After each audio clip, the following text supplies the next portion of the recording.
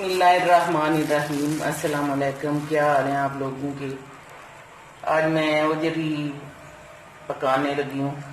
एक अदद मटन की ओजरी ले ली है मैंने, जिसके लिए अब पानी भी गर्म रख ली है मैंने, गर्म कर ली है मैंने, और ओजरी जो है इसमें डाल दी है कि इसकी स्मेल भी निकल जाए और इसकी स्किन जो है ये भी साफ हो जाएगी ऊपर वाली, ये गोल्डन सी जो होती है।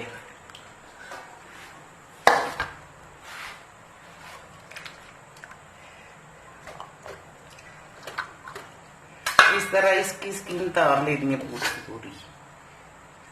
बिस्मिल्लाहिर्रहमानिर्रहीम। अस्सलाम वालेकुम। क्या हाल है आप लोगों के। आज मैं मटन ओजड़ी पका रही हूँ, जिसके लिए मैंने एक अदद ओजड़ी ले ली है और 6-7 टमाटर ले लिए बड़े छोटे, और 3 बड़े प्याज ले लिए, और ये अदरक लहसुन का पेस्ट है फ्रोजन। ये सुरह मिर्च 1 चम्मच ले लिए, आधा चम्मच हल्दी पाउडर है, आधा चम्मच धनिया पाउडर है और आधा चम्मच ही नमक है। बिस्मिल्लाहिर्रहमानिर्रहीम।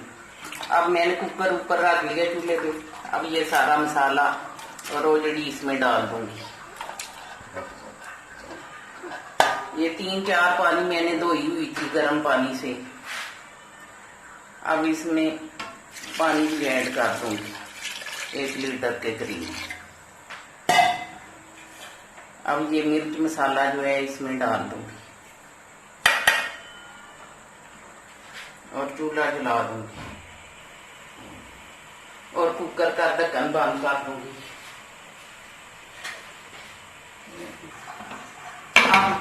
ढक्कन बंद कर दूंगी कुकर का और वेट लगा दूंगी। 20 मिनट के बाद देखूंगी कि वो जड़ी गल गई है। ढक्कन मैंने खोल दी है, माशाल्लाह से पानी भी खुश्क हो गया है और ओजड़ी भी गल गई है।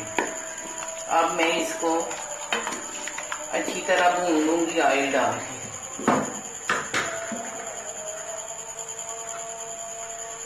दो चम्मच भर के ऑयल डालूंगी। बिस्मिल्लाह।